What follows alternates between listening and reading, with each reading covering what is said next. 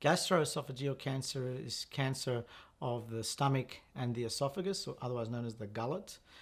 In Australia, it's not a very common cancer, and the rate of its incidence is not increasing. But around the world, stomach cancer per se, it makes up a substantial amount of the cancer burden, particularly in Southeast Asia and other parts of the world. It's a difficult cancer to treat because it often presents late.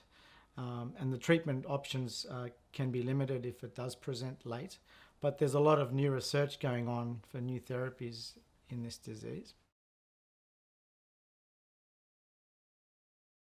So Integrate was a trial of a drug, regorafenib, which is an oral therapy that attacks tumours by attacking their blood vessel and growth factor signalling.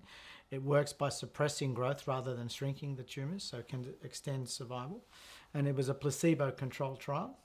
It was designed in such a way that if the patient got the drug, got the placebo I should say, and then the disease progressed, we were able to crack the code and they were offered the drug afterwards.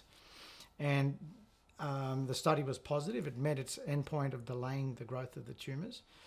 But it also showed a trend towards survival, which was interesting because half the patients who were on placebo ended up getting the drug afterwards. So it means that it may be important that you get the drug eventually, whether you get it up initially or later.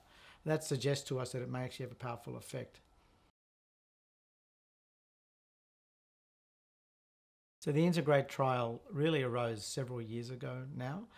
It started off with discussions with some of the senior members of the AGITG at that time, John Salzberg, David Goldstein, with some of the pharmaceutical companies.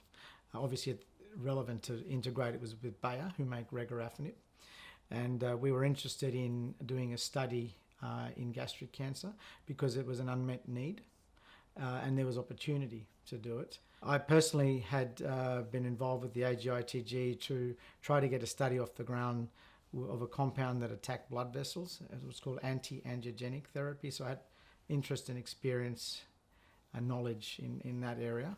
And being a relatively younger investigator to some of my colleagues, I got involved in the design of the study at the time. So we were all pleasantly surprised when the results came out. I was in the car going home and I was asked if I should pull over the side of the road. I said, just tell me. And so we got the results. It was a positive study. And what was more important was the magnitude of the benefit was substantial. It's funny how things change. When we first designed the study, there was nothing in that space. But by the time we finished the study, there was actually reports of other studies that had been running but hadn't been reported. So the evidence that we established was now in a more competitive environment.